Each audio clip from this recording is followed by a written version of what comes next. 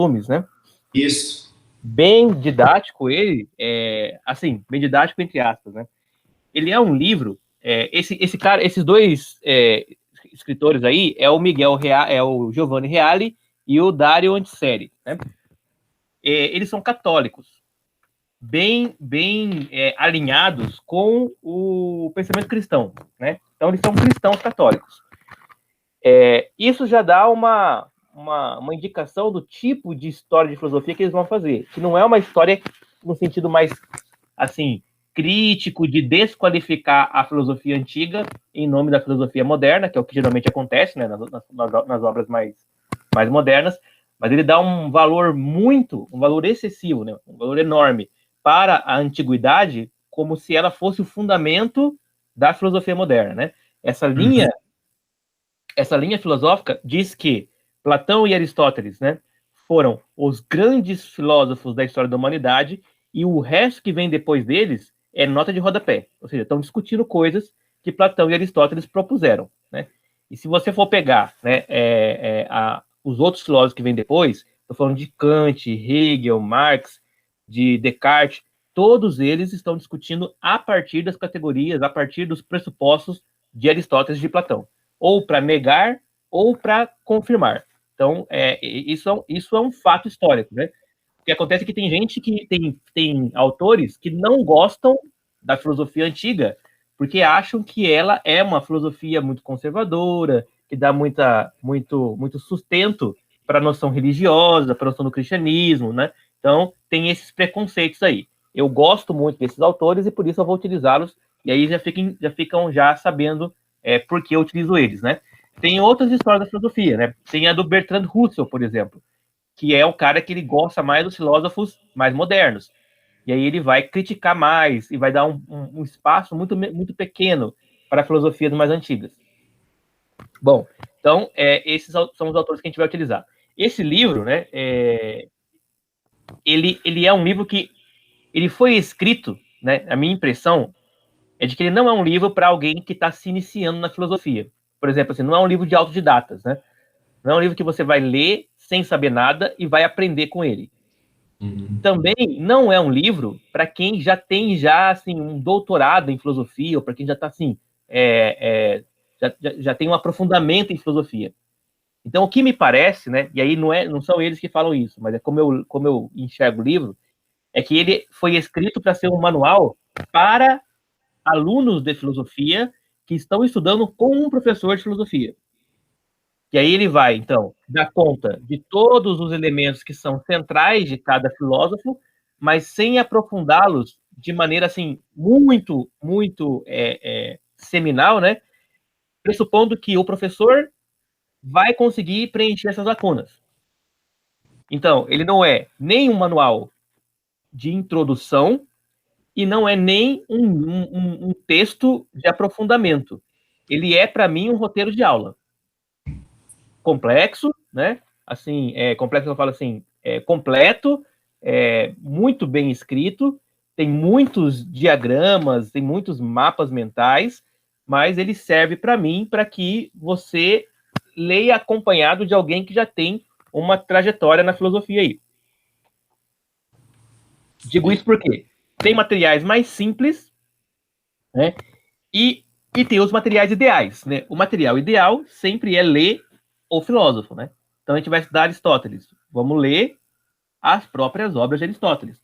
Mas isso é uma coisa que é impossível de a gente fazer, e dar conta de toda a história da filosofia. Assim, a gente vai ficar muitos anos fazendo isso, né? Então a gente vai seguir o Giovanni Reale, né, e o Dario Antiseri, porque eles dão já lá os elementos fundamentais, e aí, volta e meia, a gente pode ler alguma coisa, alguns trechos, né, alguns pontos das obras filosóficas. O ideal sempre é que leia as obras, né? Mas, você imagina, né? Só Platão tem 33 obras, né? Aristóteles tem mais 30 e poucas obras. E assim vai, né? E aí, tem obras que tem 1000 páginas, né? Tem obras que tem, então, não tem como. A gente não tem como ler tudo, né? Dito isto, a gente começa, o Dário começa, o Reale começa o livro nessa parte aqui, Gênese, Natureza e Desenvolvimento da Filosofia Antiga. E é uma parte que ele vai dedicar todo o primeiro volume dele, né? que vai até o nascimento do cristianismo, se não me engano.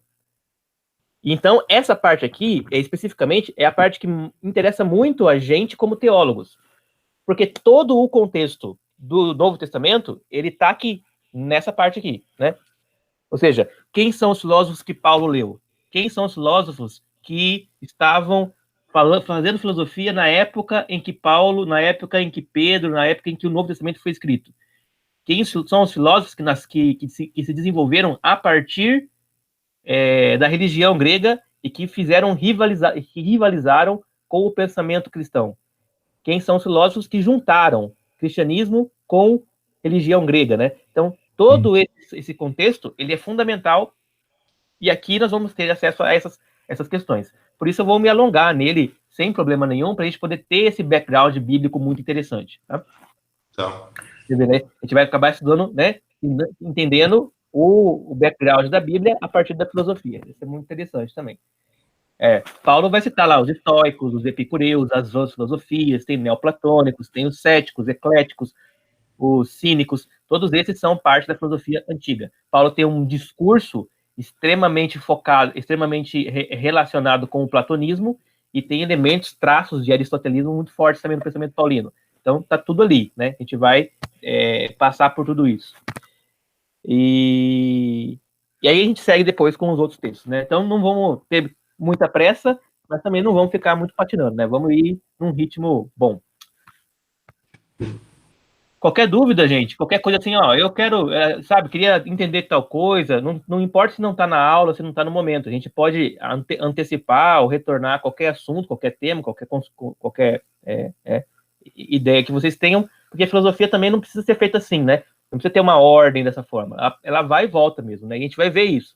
Um filósofo lá na frente vai voltar numa ideia de Aristóteles, depois outro lá na frente vai voltar numa ideia de Aristóteles. Então, assim, ele vai indo e voltando, não é um crescente, vamos dizer assim, né? Uma acumulação, mas é o que nós chamamos de tese e antíteses, né? Ou seja, discussões que vão ora retornando, ora avançando. Ok? Ok, beleza.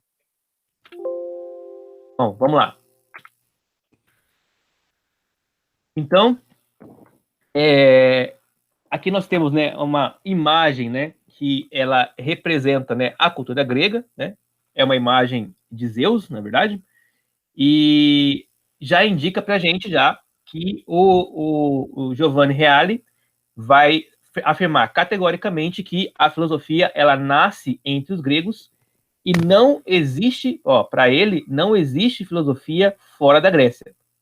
Então, assim, a filosofia oriental, a filosofia egípcia, a filosofia do Médio Oriente, não existe filosofia fora da Grécia para eles, no sentido do nascimento, né, da Gênese, né?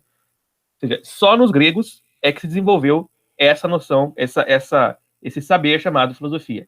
E ele vai explicar agora por quê. Bom, então vamos lá. Filosofia como criação do gênio grego, né? Como vocês estão vendo aqui nesse pontinho ali. Os gregos, eles tinham certas características culturais, né, características sociais, que eram comuns a todos os povos do mundo antigo. Os gregos tinham crenças, como todas as culturas do mundo tinham crenças, né? Nós não conhecemos, aqui eu estou falando agora como o pesquisador antropólogo, nós não conhecemos nenhuma cultura do mundo que não tenha religião. Nenhuma. Nunca houve nenhuma cultura no mundo que não tivesse crenças religiosas, né? Aparentemente, religião é uma produção da natureza humana. Isso é muito importante já, né? Por quê? Porque, de alguma forma, indica que se existem várias religiões, e essas religiões são o fruto de culturas diferentes, existe existe uma permanência, que é o fato de todas as culturas produzirem religião. Então, Zé, como é que a gente podia responder a seguinte pergunta? Por que o indivíduo, desde sua história muito antiga até os dias de hoje, sente a necessidade de se conectar com algo divino, com algo maior? Filosoficamente falando, a resposta para isso vai ser porque esse indivíduo, quando olha para o universo, ele tem uma percepção, uma intuição de uma totalidade. Ele fala assim, ó, o universo é gigante e eu sou parte dele.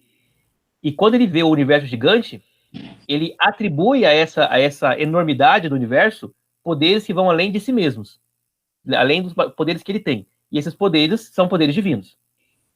Essa é a resposta filosófica, né? É a resposta materialista, vamos dizer assim. A resposta religiosa é de que, né, os seres humanos, eles têm uma necessidade de Deus, né? Uma frase que ficou até bem batida, né? Que os seres humanos têm um vazio existencial dentro de si que só pode ser preenchido com Deus.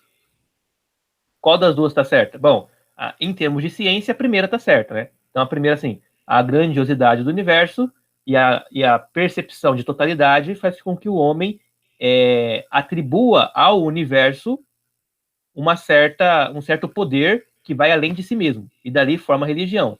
Por isso que as primeiras religiões, né, tenderão a ser religiões politeístas e religiões que têm os deuses atrelados a forças da natureza, ao raio, ao trovão, né, à chuva, ao oceano e tal. Tudo bem? Tranquilo.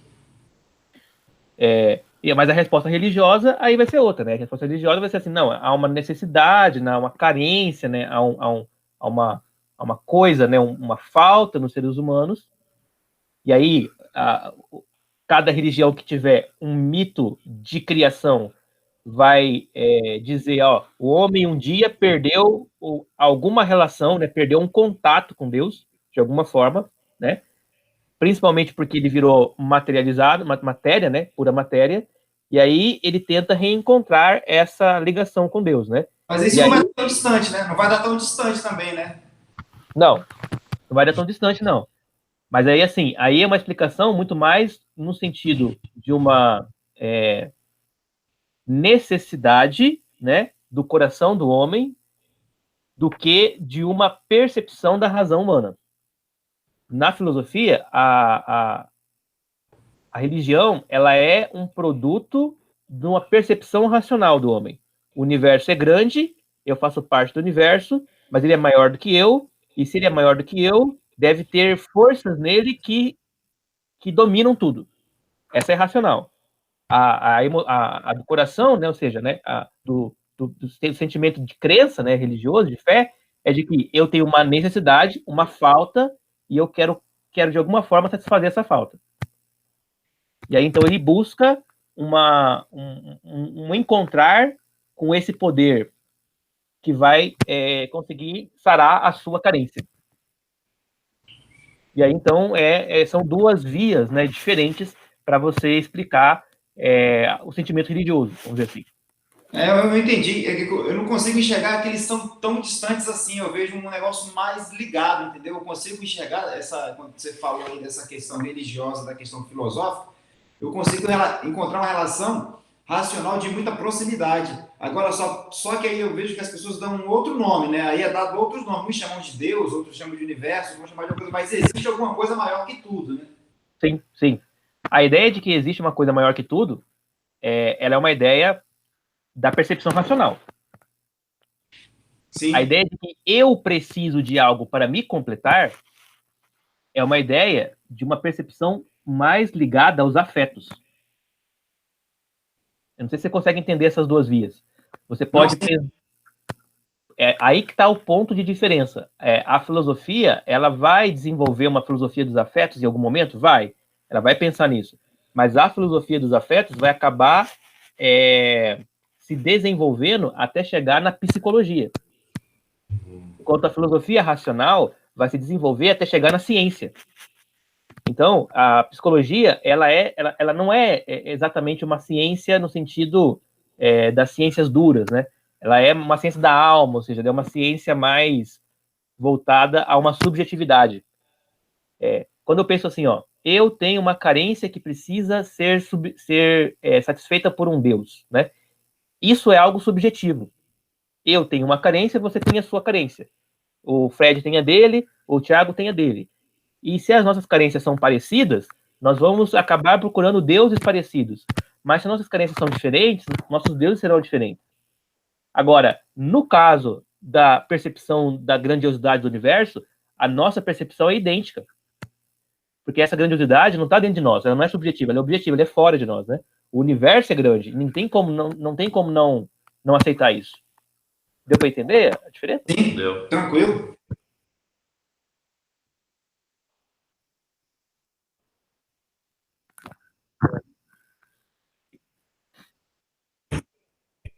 Então, a religião ela é permeada por afetos, né?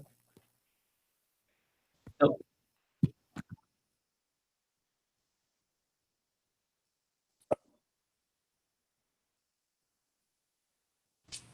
isso. Essa parte do universo, né? Ela vai ser assim assimilada no pensamento religioso a partir de Agostinho e Tomás de Aquino. Que a gente vai ver mais para frente, que eles vão pegar a filosofia platônica e aristotélica e vão juntar ela com o cristianismo. Por isso que o Lennon talvez esteja assim falando, olha, eu não vejo muita diferença. E por que o Lennon não vê muita diferença? Porque a religião cristã que o Lennon professa é uma religião que juntou essas duas coisas no período medieval. E de alguma forma a gente ainda tem essa herança, né, do período medieval, de juntar as duas coisas. Mas eu quero que a gente pense nisso na Gênese, lá no começo, né, quando a filosofia nasce, antes de haver cristianismo, porque ela nasce séculos antes do cristianismo, séculos antes de Jesus. E por que eu estou falando isso? Porque os gregos tinham crenças e tinham cultos religiosos, tá? Então os gregos tinham o sentimento, o afeto religioso. Os gregos também tinham manifestações artísticas de naturezas diversas, tanto pintura, como escultura, como música, como poesia, né? Toda a arte possível, né? Já também tinha tatuagem no nosso tempo? Havia tatuagens também já, né? Tanto nos gregos como em outros lugares do mundo, né? Vamos pegar. Oi? Eu sempre quis pesquisar sobre isso, mas nunca achei. Sobre tatuagem? Então, se você pega, por exemplo, as culturas polinésias, a tatuagem ela é desde sempre, né? A própria cultura romana, os soldados romanos, eles eram tatuados, né? Porque a tatuagem identificava a centúria, né? Que ele fazia parte, né? A centúria que ele fazia parte, os destacamentos, né? E as ordens também hierárquicas também dentro da hierarquia do exército. E os povos... Então, assim, tatuagem é um negócio que é uma arte comum na história da humanidade, né? Comum. Os gregos, especificamente os atenienses, eles não gostavam muito de tatuagem, porque ela, de certa forma, manchava o corpo. E os gregos têm uma certa adoração pelo corpo. Né? Uhum. Então, por razões estéticas de supervalorização do corpo, os gregos eram menos afeitos a tatuagens, mas eles tatuavam os escravos, por exemplo. Como simbologia, né? Como simbologia, Mas não são os escravos só tatuados no mundo, né? Na maior parte das vezes, a tatuagem ela é um símbolo de guerra, ela é um símbolo do grande guerreiro, ela é um símbolo de filiação a famílias, né? Então, assim, a tatuagem... Isso vai ser percebido, inclusive, no livro de Levíticos também, né?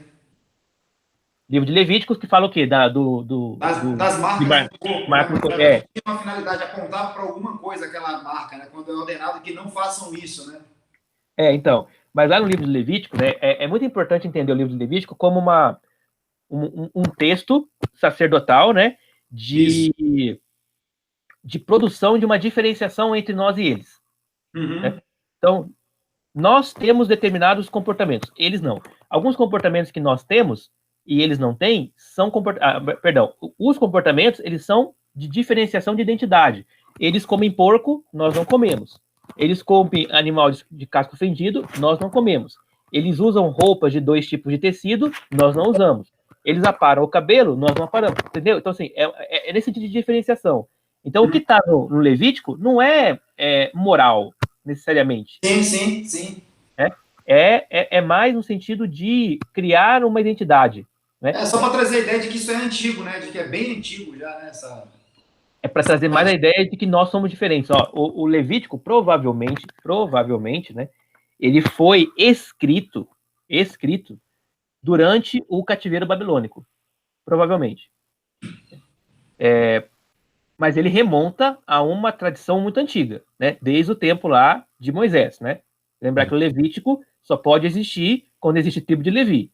E só pode existir quando existe sacerdote. Então ele é um produto desta tradição sacerdotal, né? Quando você escreve isso lá no cativeiro babilônico, você escreve por quê? Porque os babilônicos têm comportamentos que nós, os judeus que estamos cativos na Babilônica, não podemos aceitar, para não nos confundir com eles. E esses comportamentos eram vistos na tradição judaica, onde, quando os judeus chegaram, saíram do Egito e precisavam, primeiro, se separar da cultura egípcia e, ao mesmo tempo, não se misturar com as culturas do deserto e com as culturas da Cananeia, né? De Canaã. Então, o que está no Levítico é uma tentativa de separação entre nós e eles. Não é um elemento religioso, é um elemento mais no sentido civil, né? Civil para criar uma identidade de cidadão. Os elementos que são morais e religiosos, de lei, eles geralmente estão no Deuteronômio, não no Levítico. E geralmente são aqueles elementos que derivam, né, do decálogo, né, dos 10 mandamentos. Okay. Mesmo no decálogo, né, é preciso entender que aquelas leis do decálogo, elas são leis que regram o comportamento moral de maneira geral e não de maneira específica, né? Você tem lá nos 10 mandamentos, não matarás. Mas aí você tem o povo de Israel matando um monte de gente. No próprio livro. Por ordem, inclusive, de Deus. Exatamente, né? Inclusive os próprios irmãos, exatamente, né? Vai lá, o bezerro de ouro é adorado. Aí, ó, Moisés separa o povo, aí fica pai de um lado, filho do outro, né? Mulher de um lado, marido do outro. Primo de um lado e primo do outro. Aí ele fala, passa fio da espada aqueles que ficam do lado do bezerro. Ué, mas o mandamento não matarás? É porque no caso específico, aquele mandamento tem que ser relido. Ele vale para o caso geral, não matarás. Mas quando existe uma situação específica, ele vai ter que ser reaplicado. Até porque 2 capítulos para frente vai dizer também, né? No próprio livro de Êxodo vai dizer que se tua casa foi invadida durante a noite, tu ferir de sangue o invasor, você não é culpado do sangue dele, né? E ele vier a morrer. Não. Mas não era o não matarás? Então, é o não matarás genérico, né? Ó, você não pode matar genericamente. Mas especificamente, você pode. Você não pode mentir genericamente. Mas especificamente, você pode. Vocês lembraram na aula passada de Raabe, né? Então o caso específico, ele tem que ser analisado como uma especificidade. A gente não vai sair por aí matando pessoas, porque isso é contra a lei de Moisés. Mas, se precisar matar alguém, aí a gente vai ter que analisar esse caso no caso específico. É mais ou menos assim que se faz o processo jurídico, né, do direito judaico. Bom, mas voltando aqui, então os gregos tinham crenças, cultos, né, eles tinham manifestações artísticas, tinham conhecimentos e habilidades técnicas, né, de cultivo, de comércio, né, eles já tinham moeda, já tinham formas de troca, tinham instituições políticas e organizações militares, né? Bom, quais outros povos do mundo antigo tinham essas características?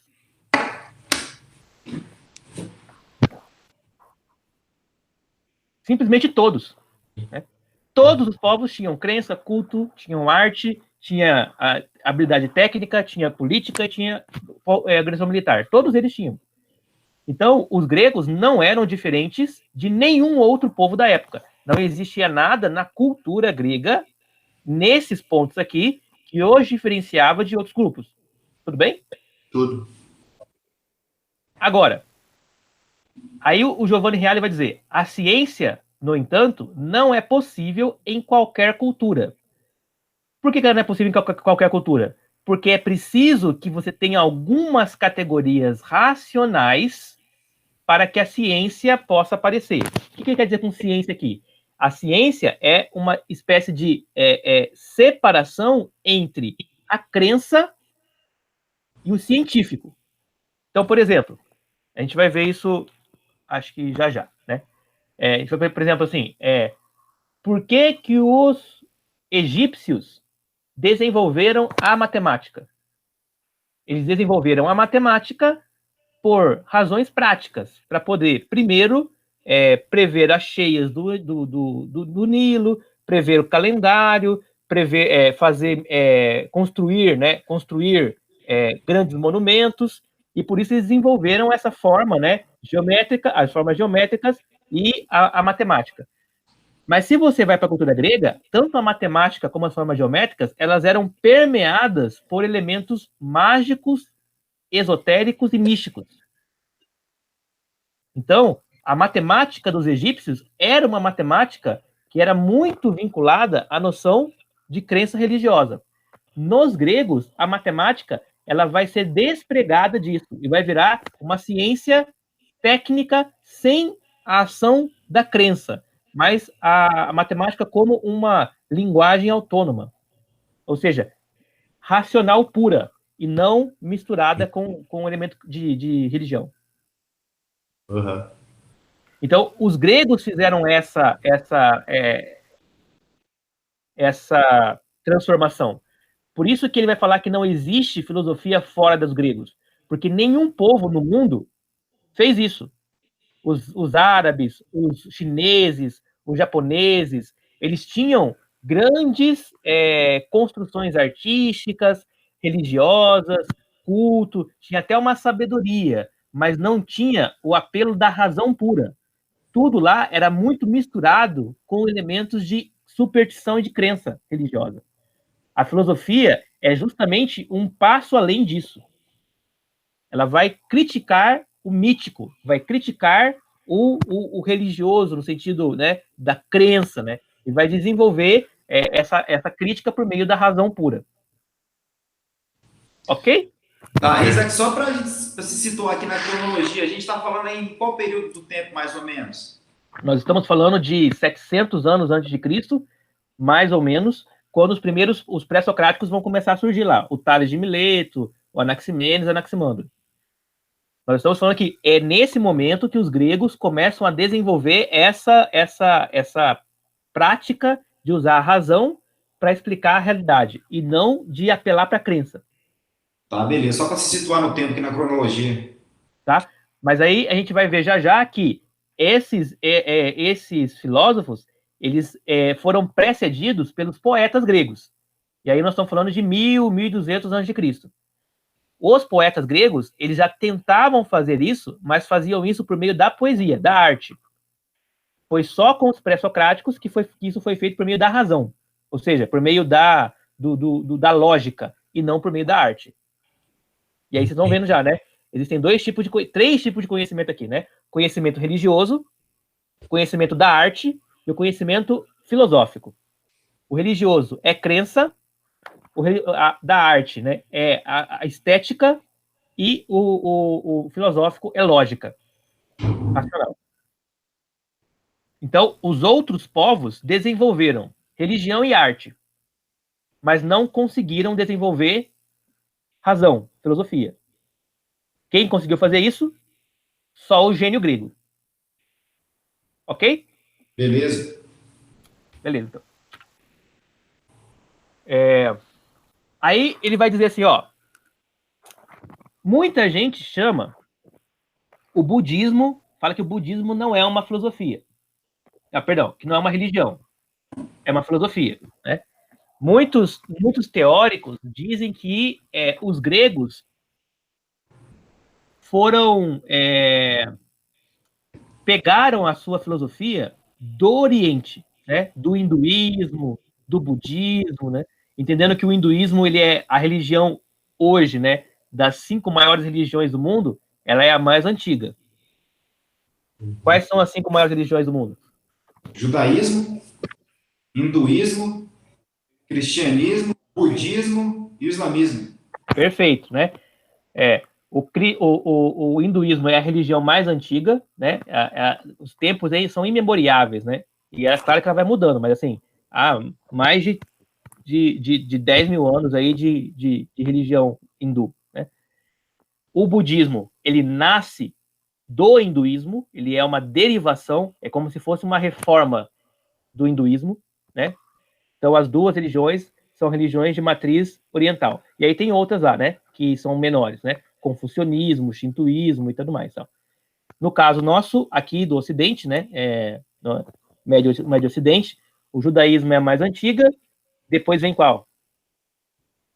Qual é a mais antiga? Islamismo. Judaísmo. Não, é cristianismo. Depois Não, cristianismo. E depois vem o islamismo, né? Perfeito, né? O islamismo é 622 depois de Cristo. O cristianismo vai lá, né? Século I, né? Século I. E o judaísmo data aí de pelo menos, né, 5.000 anos atrás, né? Se a gente considerar que... não, vamos colocar assim, não. O judaísmo é mais ou menos 3.000 anos atrás, né? 2.000 anos até Jesus, mais 1.000 anos para trás, que seria mais ou menos aí o tempo lá onde se estabelece, de fato, uma religião judaica, né? Eu não quero colocar até Moisés, né, tal, né? Porque a religião que Moisés estabelece ainda ela é um pouco diferente, né, da religião judaica. E após o exílio, porque antes eles eram Israel, né? Que era isso, é perfeito. Então, os judeus, o judaísmo, né, o judaísmo mesmo, ele é depois do cativeiro babilônico, né? Onde se estabelecem as sinagogas, os rabinos. O templo é voltado, é construído, né? O templo ele é anterior, né? O templo ele é salomônico, né? Ele é bem anterior. Eu falo do segundo, né? Desculpa, porque teve o salomônico e teve quando o rei, acho que o Ciro, né? Que deu a ordem. E aí, assim, o templo de Salomão, né? Era de uma religião ainda que não era judaísmo, né? Era uma religião israelita, né? Era uma religião, claro, que ela é vamos dizer assim, né? Antecessora, né? Mas o judaísmo mesmo, como nós conhecemos a partir do que nós conhecemos hoje, ele vem do cativeiro babilônico, né? Ele é aquela estrutura de rabino, de sinagoga, de templo, né? Das leis rabínicas, do Talmud, do Midrash, né? Isso tudo aí é pós-cativeiro babilônico. Tudo bem? Beleza. Bom, por que a filosofia não pode ter vindo do Oriente e ter sido somente absorvida pelos gregos, né? Essa é a pergunta que ele vai responder agora em 4 argumentos. Ele vai dizer, por que não? Primeiro, se a filosofia grega tivesse vindo do Oriente, nós teríamos indicações de orientalidade nos filósofos e historiadores antigos. Então, o Platão, o Aristóteles, o Hesíodo, o Tucídides, esses filósofos e teóricos, eles iriam dizer, olha, do Oriente, olha, de um pensador tal, de uma linha tal, não existe nenhuma indicação de que eles tenham tido contato com algum sistema racional medieval dentro da filosofia grega. Então, assim, essa falta de indicação é um argumento a favor de dizer que não houve uma influência direta de um sistema filosófico oriental para a criação do sistema filosófico grego. Tudo bem? Todos. Um outro argumento. Os orientais misturavam religião com mitos teológicos, como os gregos, mas não desenvolveram uma filosofia de razão pura. Ou seja, quando eu vou lá para a religião, para o budismo, lá para o shintoísmo, lá para o hinduísmo, eu vejo lá mitos, eu vejo lá teologia, eu vejo lá sabedoria, mas não vejo nessas religiões uma discussão de razão pura, de razão separada da crença religiosa. E eu vejo isso nos gregos. Se a filosofia tivesse vindo do Oriente, nós teríamos que ver isso lá no Oriente também, principalmente antes dos gregos, e não existe. Então, aparentemente, isso é uma criação dos gregos, não foi tomada dos orientais. Aí, reafirmando, não existe filosofia oriental. O que existe é sabedoria oriental. Os gregos, eles criaram a filosofia. Não existiu filosofia fora da Grécia antes dos gregos criarem ela. Tem até uma história de Platão, né? Foi Platão não, Sócrates, eu acho, por que ele se titulou filósofo, né? Eu acho que eu ouvi isso. Ele sentiu. Foi dito que ele era o mais inteligente de todos, era ele, né? Aí ele falou que não era. Isso.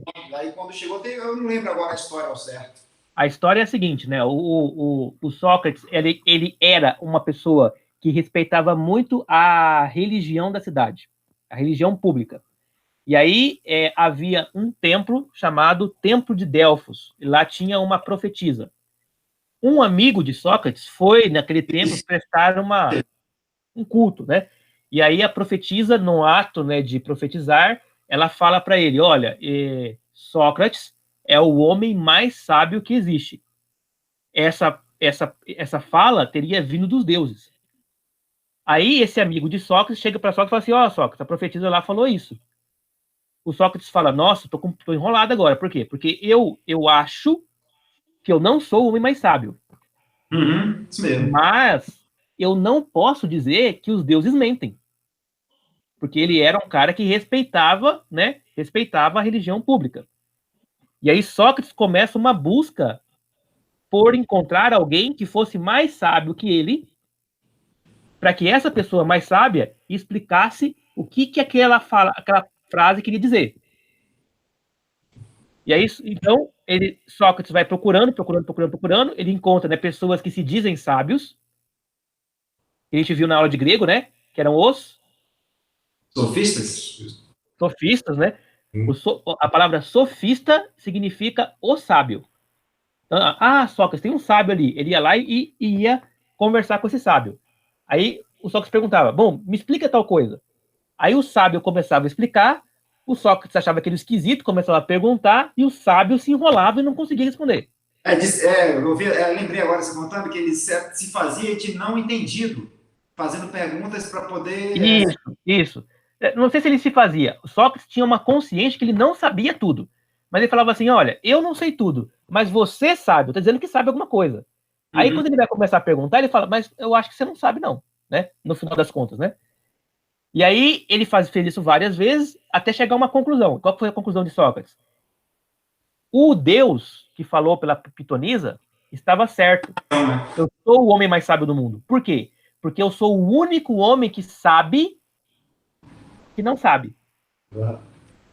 Todos os outros acham que sabem, mas não sabem. Ou seja, eles são falsos sábios. E eu não sou sábio. Eu só sei eu só sei uma coisa, que eu não sei as coisas, né? Que eu não sei. Só sei que quando ele se titula filósofo, né? Quando ele fala que eu sou amante do saber, né? Isso. E aí ele fala, como o saber, como a sabedoria é algo muito sublime, e ele vai tirar isso dos pitagóricos, né? Que os pitagóricos vão dizer assim, isso depois mais para frente a gente vai só passar por isso. Os pitagóricos dizem o seguinte, a sabedoria, ela é a sofia, né? A sabedoria, ela é uma posse, ela é uma coisa que só os deuses têm. Só os deuses sabem, têm a posse da sabedoria. Por isso, os pitagóricos diziam, nós não somos sábios, nós somos filósofos. Ou seja, o que nós temos é uma relação com a sabedoria, não uma posse dela. O Sócrates vai pegar aquela frase dos pitagóricos e vai aplicar a si mesmo. Ele vai dizer assim, assim como os pitagóricos diziam que não tem a posse da sabedoria, eu também não tenho. E assim como eles diziam que eles tinham um compromisso moral, ético com a sabedoria, eu também tenho. Então Sócrates se identifica como filósofo. Beleza. Tranquilo? Então. O argumento 3, né? Não conhecemos a utilização de nenhuma obra oriental ou egípcia nos escritos filosóficos. Além de não haver, então, né, no argumento 1, indicação de orientalidade, né, de palavras orientais, de expressões orientais, de autores orientais, não existe também na filosofia grega fragmentos, excertos de escritos orientais. Isso faz com que não possamos dizer que há uma influência. Isso é bem diferente, por exemplo, da Bíblia. Na Bíblia, a Bíblia cristã, ela tem fragmentos de várias religiões do mundo antigo. Por exemplo, a história de Adão e Eva, ela é uma história egípcia. de um casal primordial colocado num paraíso pelos deuses. A história de Noé, ela é uma recontagem de um mito muito mais antigo, cananeu, chamado Epopeia de Gilgamesh. Sim. Então você tem vários elementos de outras religiões que compõem a Bíblia. Então a Bíblia não é uma obra assim que ela é um produto original da mente hebraica ou original dos gregos, dos hebreus, né? A Bíblia é um produto, vamos dizer assim, de uma composição de influências. É como se ele tivesse pegado várias religiões e falado assim, ó, isso aqui serve, isso aqui não serve, isso aqui serve, isso aqui não serve, isso aqui serve, isso aqui não serve. Vamos pegar agora o que serve e vamos mudar a nossa cara para isso.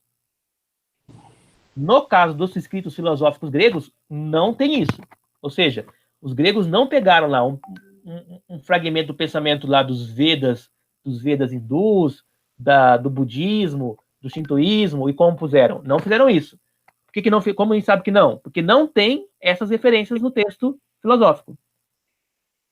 Tranquilo?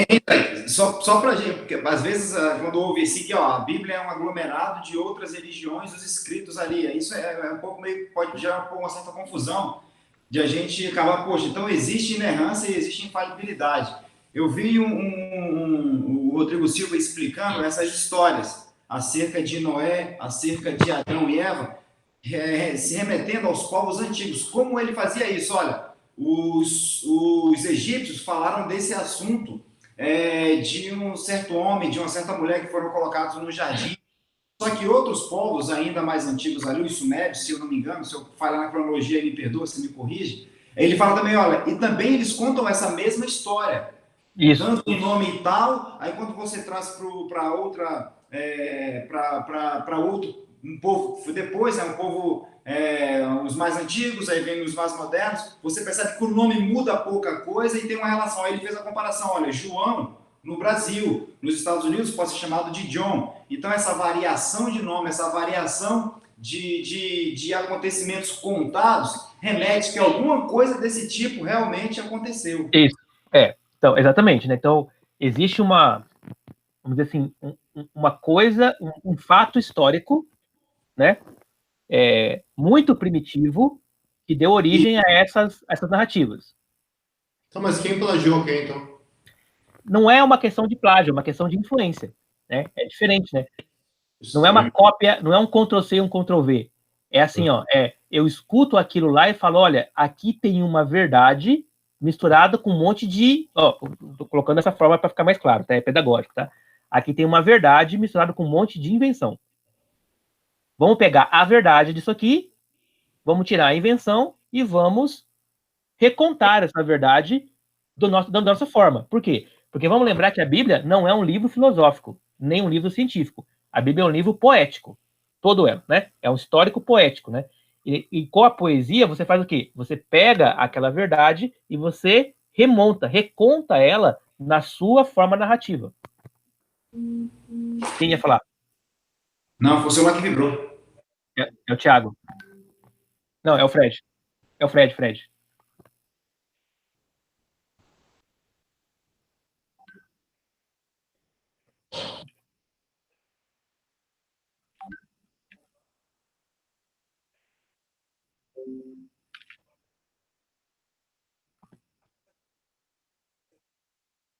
Isso.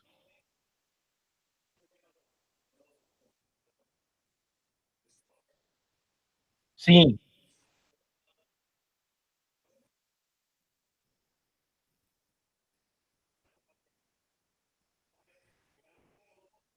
Isso.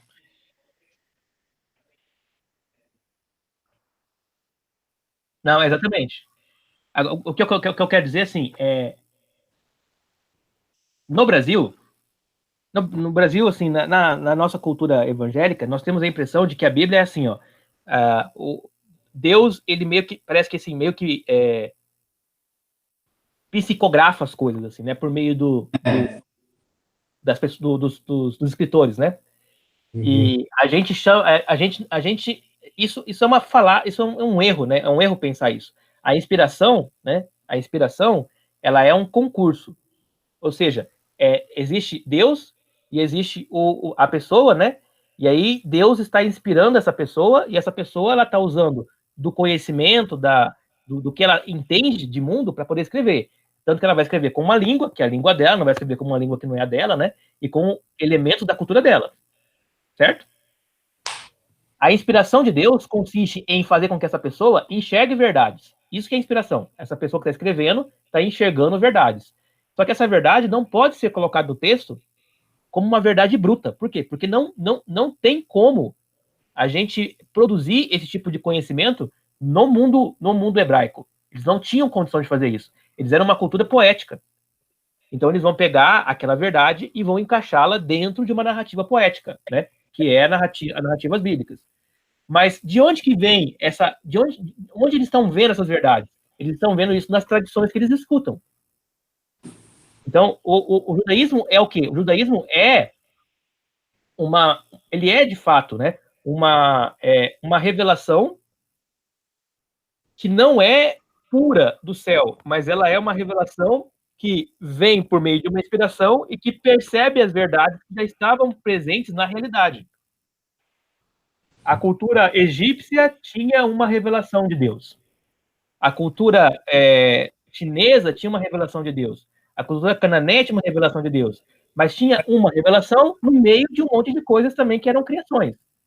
Entendi. Qual que é a ideia? A ideia é pegar... Filtrar. A ideia é você pegar aquelas revelações, né? E é lógico que elas vão vir, né? Com nome, com estrutura, com cultura, isso. E aí, eu vou dizer assim, né? Aquelas revelações estavam dentro do contexto daqueles povos lá. Isso. Aí você pega aquilo lá e fala assim, ó, vamos colocar aquilo dentro do nosso contexto agora. Então, a gente vai trocar o nome, a gente vai trocar as localizações, a gente vai trocar esses elementos periféricos, né, que é da narrativa, mas vai deixar lá o quê? Aquela revelação, aquela verdade que está lá presente. O exemplo é o nascimento de Jesus, né? Que era celebrado o Deus Sol, né? Isso, perfeito, né? Então, o cristianismo faz isso o tempo todo, né? As festas julina e junina são uma substituição a Pentecostes, né? Que era uma festa de colheita. E aí a gente vai fazendo essas questões, né? O Natal, ele é uma substituição à festa do Deus Sol, né? A Saturnália, né? Então, não é assim, ó. Havia um culto ao Deus Sol lá em Roma. Beleza. O que é o Deus Sol? É um Deus que morre e renasce. O Sol morre e renasce. Aí o cristão olha e fala assim, cara, isso é muito parecido com Jesus, né? Morrer e renascer. Ué, então o Deus Sol é Jesus. E aí começam a celebrar no dia do Sol Invictus, né? No dia do equinócio, né? Do final do ano, o aniversário de Jesus, por quê? Porque o símbolo daquela manifestação encaixava perfeitamente na figura, né? Na estrutura cristã. Era um elemento pagão? Era, mas tinha uma verdade lá. E essa verdade foi você usou a palavra depurada, né? Ela foi, sei lá... distorcida. Não foi distorcida. Não. O cristianismo fez o quê? O cristianismo pegou aquela verdade... Foi percebido, né? A semelhança foi percebida, né? Perfeito, é isso aí. Entendeu?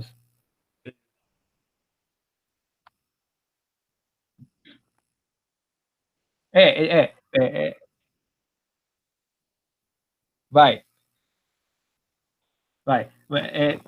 Assim, ó, para ficar assim, meio é que eu estou tentando sempre simplificar para vocês, né? Assim,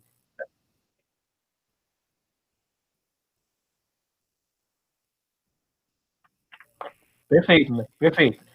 Existe um sincretismo no judaísmo, existe um sincretismo no cristianismo, existe esse sincretismo, mas nós chamamos isso de um sincretismo de depuração. A gente vai pegar coisas de outras tradições, vai enxergar nelas ou não verdade, e se enxergarmos verdade, nós vamos recolocá-la dentro da nossa tradição como uma verdade. Não existe como você fazer uma religião do nada, do zero, assim. Não existe. Todas elas são frutos de outras tradições que vão sendo decupadas, né? Vão sendo depuradas. Eu diria, né, já é uma opinião pessoal, né, que a história entrando, é Deus colocando no eixo as coisas, entendeu? É como se Deus tivesse pulverizado na história da humanidade as suas verdades, né, suas revelações, e elas estavam lá misturadas com um monte de coisa. E aí, pouco a pouco, você vai tentando encontrar essas verdades, né, e vai tentando organizá-las, né. Mas aí você vai ter que ter contato com essas outras religiões. O fato é que você, em toda religião, deve ter essas revelações de Deus. Em toda religião deve ter. Qualquer uma.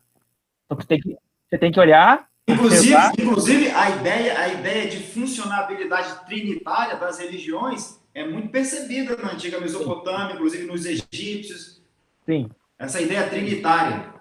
E por incrível que pareça, né, os hindus conheciam já a ideia triunitária, que era, para os hindus, o hinduísmo, né, a gente sabe que o hinduísmo tem vários deuses, a gente vê isso na mídia, né, o hinduísmo tem vários deuses, mas se você vai para a teologia hindu, é assim, os vários deuses que você vê são apenas aspectos de um só. De um só, chamado Atma. Uhum. Atma é da onde vem a palavra átomo, né? Que é o indivisível. É um Deus único. Que não divide, esse Deus indivisível, ele se manifesta primeiramente em 3 no hinduísmo, que é Shiva, Vishnu e Brahma. E depois, esses 3 deriva em milhões, em vários, né? Em vários outros, né? Quem quiser aí, ó, eu indico esse livro aqui, ó. Muito bom, fala sobre isso aí. Qual que é o livro? Deixa eu ver. Os Outros da Bíblia. Os Outros da Bíblia, Esse é do pessoal do Bibotest, né? Do Bibotalk. Isso mesmo. Então, pela filosofia, há quanto tempo o mundo existe? Então, na filosofia nós não vamos ter essa discussão, né? Porque ela é uma discussão ou religiosa, ou ela é uma discussão de uma ciência mais moderna, né? De uma ciência arqueológica mais moderna. Então, para a filosofia, vamos dizer assim, o mundo sempre existiu. Entendi. Agora, se você vai para as religiões, eles vão dizer, olha, o mundo passou a existir quando? Quando a divindade ou cria ou dá forma para o mundo. E aí sempre é em tempos imemoriáveis. Não tem, assim, não tem um tempo, né? Quando a gente começa a fazer cálculo da quantidade de tempo que o mundo existe, quando surgem as ciências modernas, a matemática, a geografia, a geologia, e aí é o problema, né? Que começa a misturar a ciência com o pensamento religioso, que é poético, né? E aí dá problema, né? O mundo tem 6.000 anos, porque é 6.000 anos que vai daqui até Adão. Mas quem disse que a história de Adão conta o tempo do mundo como nós contamos hoje? Né? Conta os anos, conta as eras, conta o período de tempo igual. A gente não, e assim, a verdade é que não tem, não é nem, o próprio texto me indica pra gente isso, né? Quer dizer, não tem como. Mas você percebe assim, por exemplo. E aí você colocou outro problema.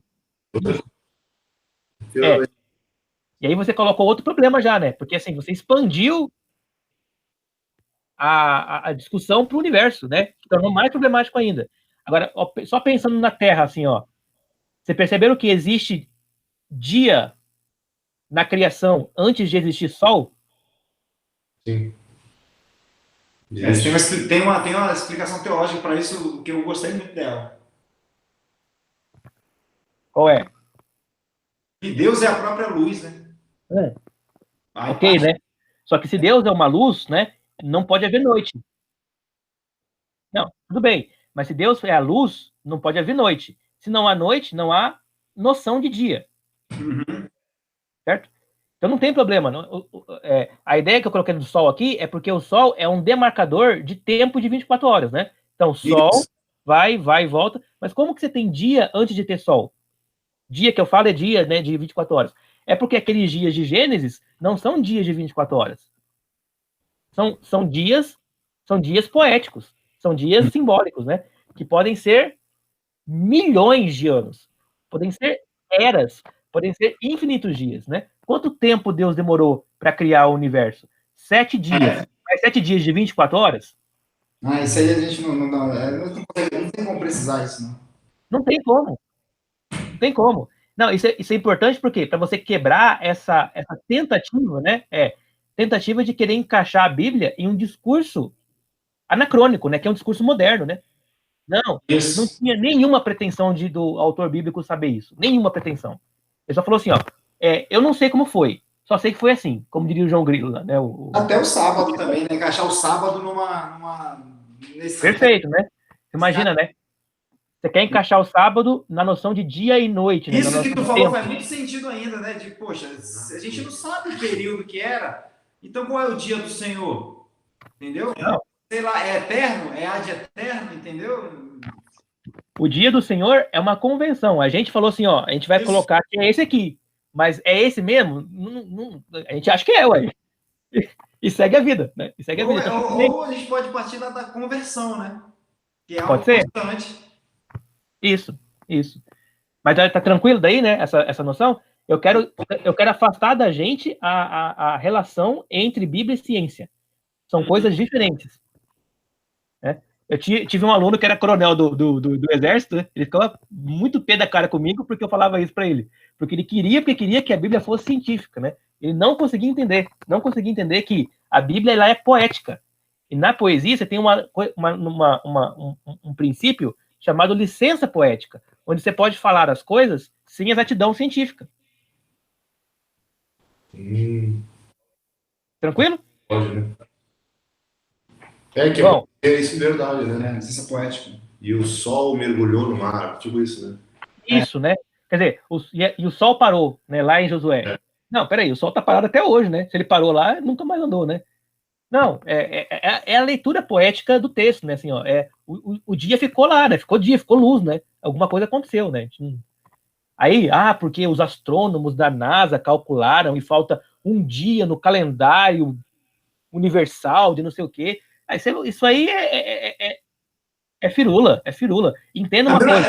Essa mesma firula aí, fugindo do tema, mas nem tanto assim, quando começa a falar de aquecimento, etc e tal, aí você pergunta, poxa, mas desde quando é assim?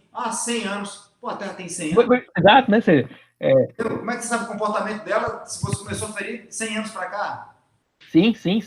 E assim, dos últimos 70 anos foi o maior inverno. Ué, mas se foi dos 70 anos, então teve inverno pior antes, né? Então, isso, né?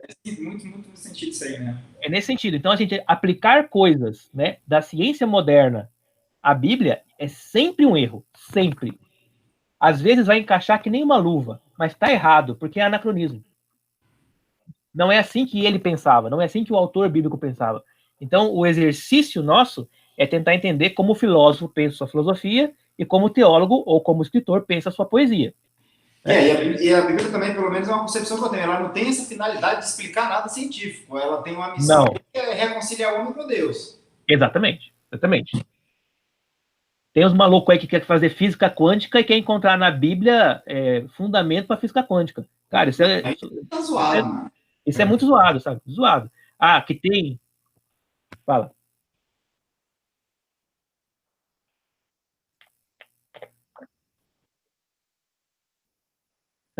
Olha,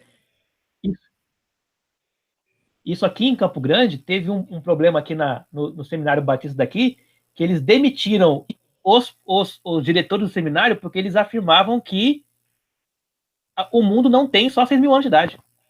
Que as pesquisas arqueológicas já provam que o mundo tem milhões de anos. Cara, que absurdo, mano. Qual que é a dificuldade de você entender isso, né? Não, porque assim vai contra a Bíblia. Mas quem disse que a Bíblia está dizendo que o mundo tem 6 mil anos? A Bíblia nem está afirmando isso.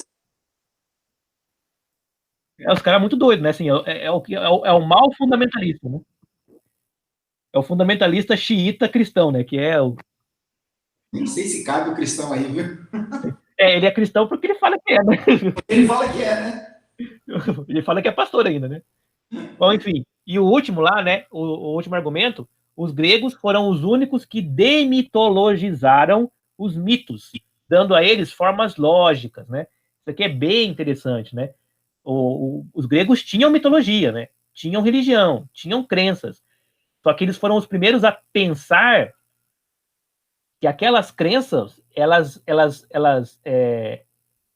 ela tinha uma lógica dentro dela, e essa lógica foi despregada da crença para explicar a realidade por meio da pura razão. Enquanto que no mundo antigo, no mundo oriental, a mitologia ela ainda explica a realidade, né? No mundo grego, a mitologia ela é uma explicação, mas dela os gregos conseguiram derivar uma crítica, né? Uma depuração que vai virar filosofia. É mais ou menos pensar assim, ó. Existia lá a história do Édipo, né? Quem é o Édipo? O Édipo é uma pessoa que recebeu uma profecia e queria matar o próprio pai. Aí o pai dele manda ele para um lugar muito distante. E aí, lá naquele lugar distante, ele é adotado por um rei de outra nação. Aí, naquela outra nação, uma profetisa diz: olha, você vai matar o seu pai. O Édipo, achando que ia matar o pai adotivo dele, foge daquela nação. E no caminho da fuga dele, ele acaba encontrando um homem no caminho e mata. E esse homem que ele encontra no caminho era o pai dele, o pai biológico dele. Ou seja, essa história, que é uma história trágica, né, mitológica do mundo grego, é utilizada pelos gregos para explicar, por exemplo, as relações de tensão entre pais e filhos. E depois o Freud vai pegar e vai fazer toda uma teoria, né? Mas você vê, o grego pegou aquela história lá e falou assim, ó, não tem grego, perdão, não tem Édipo, não tem profecia, não tem Deus, não tem destino, mas tem o conflito entre pai e filho. Ele demitologizou, ou seja, ele tirou toda a mitologia e ficou só com a moral da história. Isso só os gregos conseguiam fazer. Os outros povos não fizeram isso antes dos gregos. Tudo bem? Isso começa com o Tales de Mileto. Aí 500 anos de Cristo aí, né? Aí eu acho que é 700, não sei, eu vou pegar a data exata. Então começa com Tales. Tales começa a pensar assim, olha, não são os deuses que fazem com que as estrelas do céu se movimentem. As estrelas do céu se movimentam por meio de uma força mecânica do universo. Então veja bem, é a primeira vez que alguém vai falar assim: os deuses podem ser que existam, podem ser que não existam, mas o universo funciona independente deles. Então é um processo de demitologização, né? E aí, bom, vamos lá.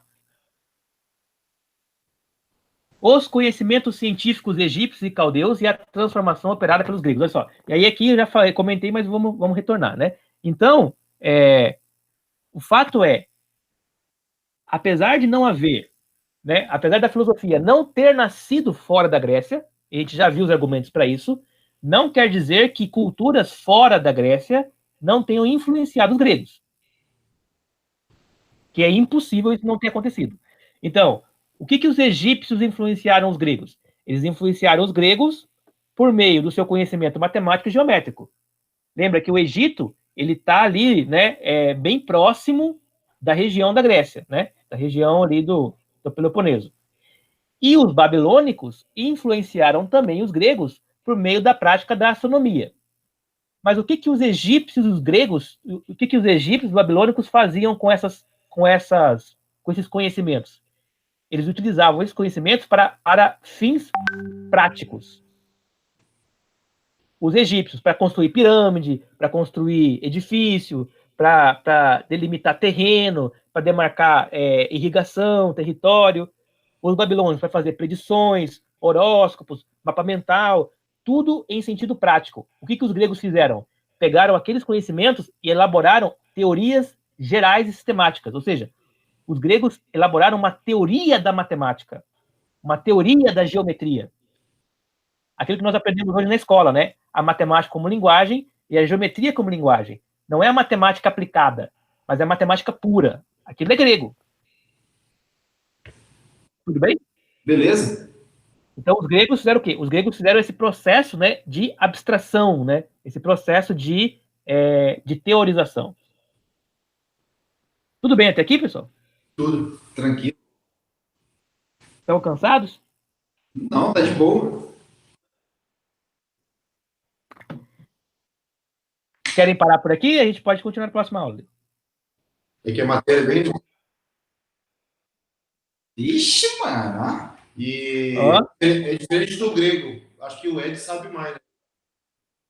Vamos tirar umas dúvidas, então. Sim, é.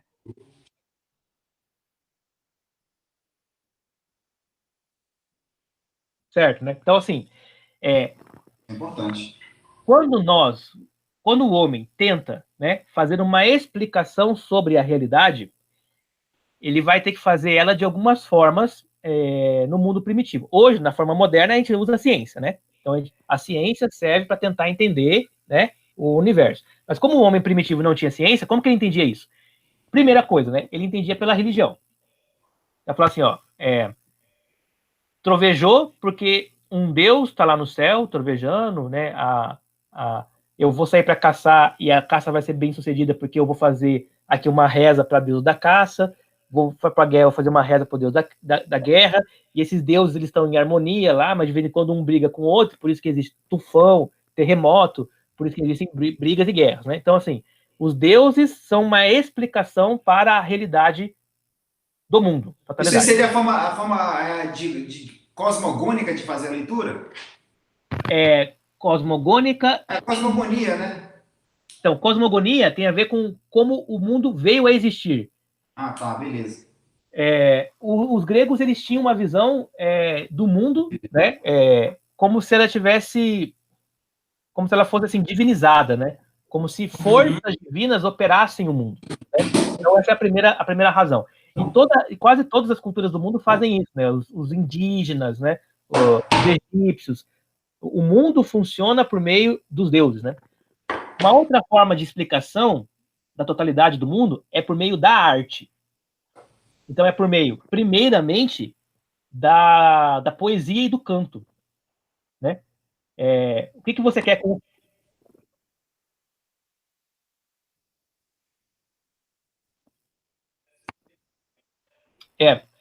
assim, pensa nesses 3 esquemas como se fossem assim, 3 maneiras que o homem antigo tinha para tentar explicar o mundo complexo. Então, religião é uma, a arte era uma outra forma. Né? E a filosofia. E aí, por último, veio a filosofia, né, que era uma tentativa de explicar esse mundo todo por meio de causa e efeito que fossem discerníveis pela razão, né? Porque na arte, você não tem isso, né? Na arte, não existe uma necessária causa e efeito. Né? Na arte, uma causa um efeito pode ser causado por várias coisas assim, né? Diferentes. Por exemplo, né? Ó, eu te falo assim para você. O sol hoje estava gélido. Isso é impossível. Mas quando eu falo isso, eu estou querendo explicar uma situação que não é exatamente a relação temperatura, sol, calor, raio do sol e pele. Eu quero explicar mais uma espécie de sentimento, né? Tristeza. Uma tristeza, exatamente, né? Deixa só eu voltar aqui nessa da arte, só fazer um paralelo aqui, ver se faz sentido essa... a arte, tu disse aqui que ela parte do princípio da estética, né? De como é explicado determinados eventos. Isso. Então, teria essa relação muito forte, principalmente ali no período medieval, dessa criação de muitos santos da Igreja Católica Romana, quando era criado as imagens de forma ilustrativa a explicar quem era aquela pessoa, o que ela fez, como ela fez, teria algum tipo de relação? Sim, perfeitamente, né? Vamos lembrar que as imagens dos santos, né, inclusive os vitrais também, eles tinham um fator pedagógico, né? Ou seja, era para ensinar a comunidade a história da Bíblia, uma comunidade que era analfabeta. Então, eles viam as figuras, é como se fosse uma história em quadrinho, né? Viam as figuras, e aí eles iam se relacionando com aquelas figuras, né? E é claro que isso vai desenvolver-se, né? Com o tempo até chegar numa idolatria. E olha só e aí tu puxa um outro ponto importante, idolatria. Aí, se nós voltarmos lá no mundo antigo de novo, nos primeiros, e aí partindo daquela frase que você iniciou aí, que fala que toda a humanidade em sua história sempre sentiu a necessidade de se conectar com algo maior, com algo divino. Uhum. Então, o coração do homem já estaria voltado para a idolatria, e aí, essa criação de imagem já avançando alguns milhares de anos aí, já simplesmente só veio à tona de novo, e aí voltou como poderia dizer, nós voltamos de novo àquilo que éramos lá na origem, nosso coração virou idólatra, porque idólatra ele já é. Então, eu penso assim, eu penso que a ideia de um Deus único, invisível, imaterial e abstrato é uma ideia muito sofisticada para uma mente muito primitiva. Então é natural que os homens, eles primeiro tentem se relacionar com Deus de maneira mais material, e com o passar do tempo, esse pensamento vai se sofisticando para chegar até naquela noção de um Deus abstrato, que é o Deus cristão, né? Que é um Deus abstrato, né? Então, nesse sentido, eu não acho que eles eram idólatras, eu acho que eles eram os produtos do tempo deles. Ou seja, naquele tempo, naquele nível de consciência, naquele nível de cosmovisão, não tinha como exigir deles que eles tivessem uma relação com um Deus abstrato. E esse Deus abstrato, ele é um Deus complexo, que você precisa de uma série de recursos, né, cognitivos para você entendê-lo, né, para você se relacionar com ele. O que nós conseguimos a partir de Abraão para frente. Abraão, ele é uma aventura, né? Abraão, ele vai seguir um Deus abstrato, né? Um Deus invisível. E ele é um maluco na época. Ele é um doido de pedra. Todo mundo tinha ídolos, todo mundo tinha deuses materiais, né? Só o Abraão era o maluco que... Não, ele também tinha, né? Depois que deixou, né? Sim, ele também tinha. Por isso que ele é um maluco. Cara, você vai deixar o certo por uma voz duvidosa? Que coisa esquisita é essa, né? Então, o Rodrigo Silva, ele discorda de mim nesse sentido. Eu discordo dele, né? O Rodrigo Silva fala que a humanidade nasceu monoteísta, se tornou politeísta com o tempo e agora volta a ser monoteísta, né? Ele faz essa digressão, né? Mas você tem que ver o seguinte, que premissa ele está partindo? Ele parte da premissa do seguinte: como o monoteísmo ele é mais simples do que o politeísmo, por lógica, aquilo que é mais simples vem antes do que é mais complexo. Essa é a lógica dele. Então, é uma lógica, né? O problema é que eu não vejo isso nos achados arqueológicos. Eu não vejo isso na prática. Na prática, eu não vejo culturas antigas. Porque se eu partir da premissa criacionista, entendeu? Aí era, sim, monoteísmo. Só que assim, Deus criou... criacionista, né? Deus criou e colocou Adão e Eva lá. Tá, se isso for uma verdade histórica e factual, tudo bem. Mas se isso for uma leitura poética, ou seja, né, Adão e Eva, eles não são personagens históricos, eles são personagens de uma narrativa poética, né? Então, você está falando assim, olha, os povos, né, primitivos, os neandertais, sabe, esses humanos antes de nós, né, as outras raças, né, de seres humanos, eles existiram e eles desenvolveram uma capacidade de uma religiosidade que não me parece ser uma religiosidade monoteísta. Por quê? Porque é fácil você olhar, por exemplo, para o céu e dizer, o que tem o céu com o mar? Parece que são coisas muito diferentes, assim, e são poderes muito diferentes, né? Poderes separados, né? O que tem a ver a terra com o céu? Então é muito fácil você atribuir um deus para a terra, um deus para o céu e um deus para o mar. Para mim isso é mais lógico. O Rodrigo Silva ele vai fazer essa outra linha de raciocínio, mas eu acho que o Rodrigo Silva ele tem um problema, que ele tem um compromisso religioso muito forte. E aí é o problema dele para mim, né? Concordo contigo. E aí isso enviesa bastante a leitura dele. Eu estava vendo um vídeo dele que ele vai falar sobre a tese de doutorado dele. Eu vi esse vídeo. Você viu, né? Que ele fala lá da vírgula lá, né? Uhum. Se você perceber... então, se você perceber o vídeo, ele vai fazendo assim, ó, eu encontrei um pergaminho e tal, que tinha 2 verbos, e o verbo era dúbio, não sei o que, e tal, aqui tá o pergaminho e tal, por isso tem vírgula lá. ele pula a argumentação dele assim de uma hora para outra, dizendo assim, ó, existem evidências que apontam para uma possibilidade de uma leitura com vírgula. Mas ele pula disso para, não, tem vírgula lá. Isso é uma falha de retórica, isso é uma falácia retórica. Você fazer afirmações da qual você não consegue fatos que comprovam, na verdade, você precisa provar, né? Isso, você pode sugerir uma possibilidade. Isso, é isso que ele deveria ter feito. Assim, ó, é uma leitura possível, ainda que minoritária, na tradição da igreja. Mas ele não. Só fala qual é o texto, que acho que os meninos não devem ter visto o vídeo. Eu acho que é Lucas, ladrão da cruz, né? Ladrão da cruz. Esse mesmo. Explica aí, Isaac, o que ele fala lá sobre essa vírgula, que o Thiago não viu o vídeo, não. Tá.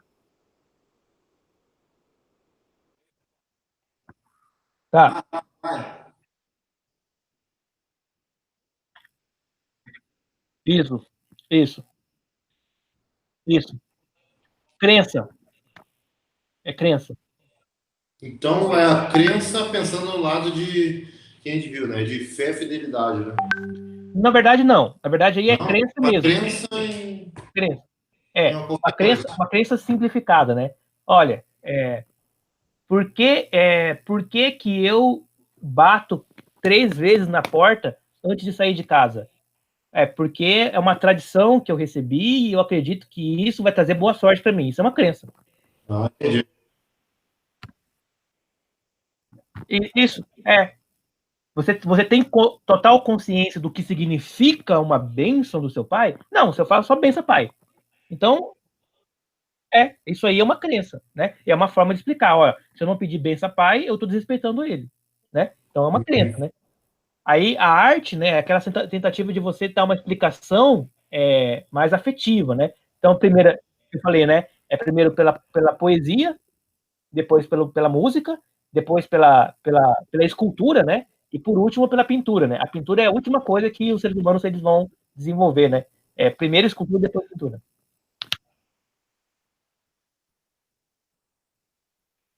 Não, os gregos fizeram uma outra forma, que é a forma filosófica racional pura. Ou seja, eles explicavam o mundo pela crença? Explicavam. Explicavam o mundo pela arte? Explicavam. Mas eles conseguiram fazer uma outra explicação. Demitologização. Isso, que é a demitologização. Que não é nem arte, a gente usa. Mas assim, quando você vai fazer filosofia, você não vai fazer a partir da crença, nem a partir da arte. Quando eu vou fazer arte, eu não vou fazer filosofia e nem crença. Quando eu vou fazer crença, eu não vou fazer nem arte e nem filosofia. Então a gente tem essas 3 áreas separadas. A gente pode misturar, mas elas são separadas, né? Elas são separadas. Os gregos tinham as três formas. E o mundo oriental tinha só as 2 primeiras.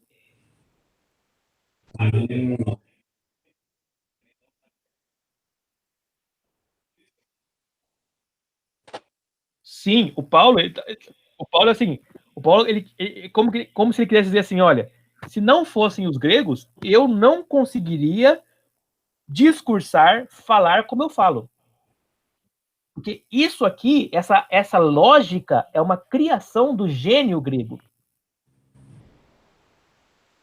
Como Paulo vai dizer, ó, graças a Deus, porque os gregos desenvolveram esta forma de compreensão da realidade. Né? É isso. Aí o Ed... Não, só para falar, o Thiago não viu o vídeo, não sabe qual era a passagem ali da vírgula, de ladrão na cruz. O vídeo... Eu não sei o que ele comentou. Ah, tá. O que ele comenta é o seguinte, o Rodrigo Silva, ele é um pastor adventista, certo? E ele fez a formação dele, ele é formado em filosofia, teologia, aí ele é mestrado em teologia, doutorado em teologia e doutorado em arqueologia. O mestrado e o doutorado dele foram feitos numa faculdade católica lá de Minas, né? E na época, assim, o pessoal, os adventistas, até hoje, né? Eles têm muito preconceito com quem vai estudar em instituições que não sejam da religião, né? Ou não sejam adventistas, né? Se você vai estudar numa faculdade católica, o adventista fala assim, você está sendo espião deles aqui, né? Sim, é um negócio maluco, assim, né? Mas o Rodrigo Silva diz que ele foi estudar lá porque ele queria aprender com os melhores. E na época, os melhores em teologia, né? O que tinha mais conceito era aquela faculdade católica. Bom, ele entra na faculdade católica e ele vai pesquisar, então, esse texto de Lucas, né? Que é o texto do Ladrão da Cruz. Uhum.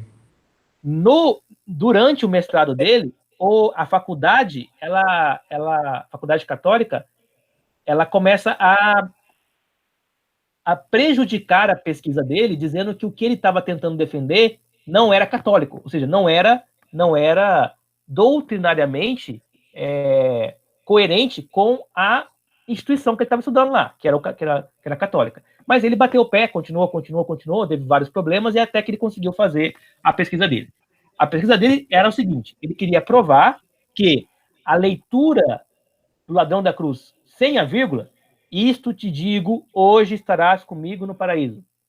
Ele queria provar que essa tradução bíblica é uma tradução errada,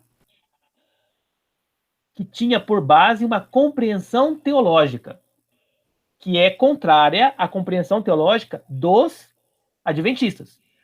Os adventistas acreditam que se você morre hoje, você entra num sono, num coma, e você só vai acordar na volta de Jesus.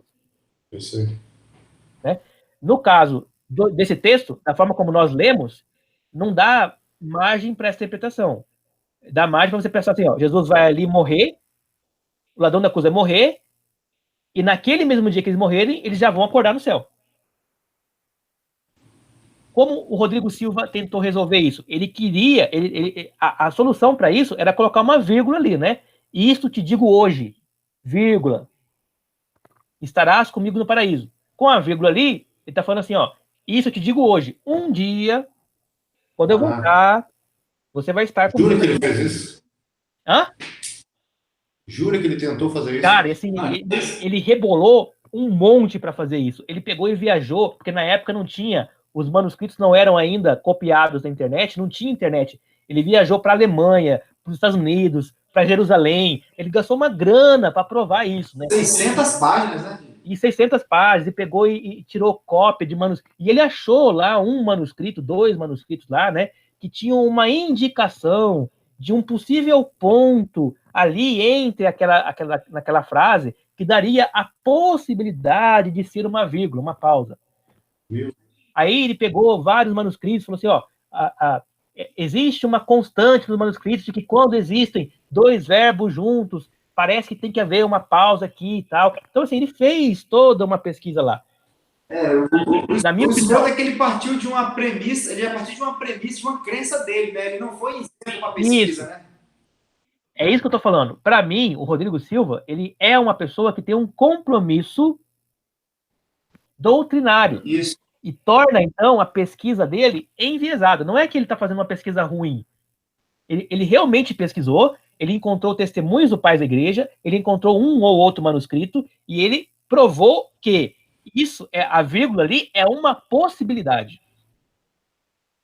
Mas esta possibilidade, ela ainda é muito restrita. Assim, ela ainda é, assim, quase marginal, né? A maioria dos manuscritos, a maioria dos comentadores, a maioria das teologias vão no caminho contrário. Então, e a prova disso é que nossas Bíblias todas não têm vírgula lá, né? É como se quisesse inventar a roda, né? Mas por que inventar a roda? Porque ele tinha um comprometimento ali doutrinário. Então é isso, né? Eu acho que foi muito esforço para ele provar para todo mundo que ele era adventista de verdade. É igual o mesmo esforço que ele faz também para falar de Miguel, né? Que Miguel é Jesus. Por exemplo, né? E aí são compromissos, né? É o mesmo esforço que ele faz para defender Ellen White, né? São compromissos que ele tem, né? E aí a gente tem que entender que as pessoas têm compromissos, né? Já que a gente está falando dele, quero aproveitar de outro estudioso aí que eu sempre vejo falar, desse Fábio Sabino. Fábio Sabino é um outro... Ele sabe das coisas mesmo ou não? Cara,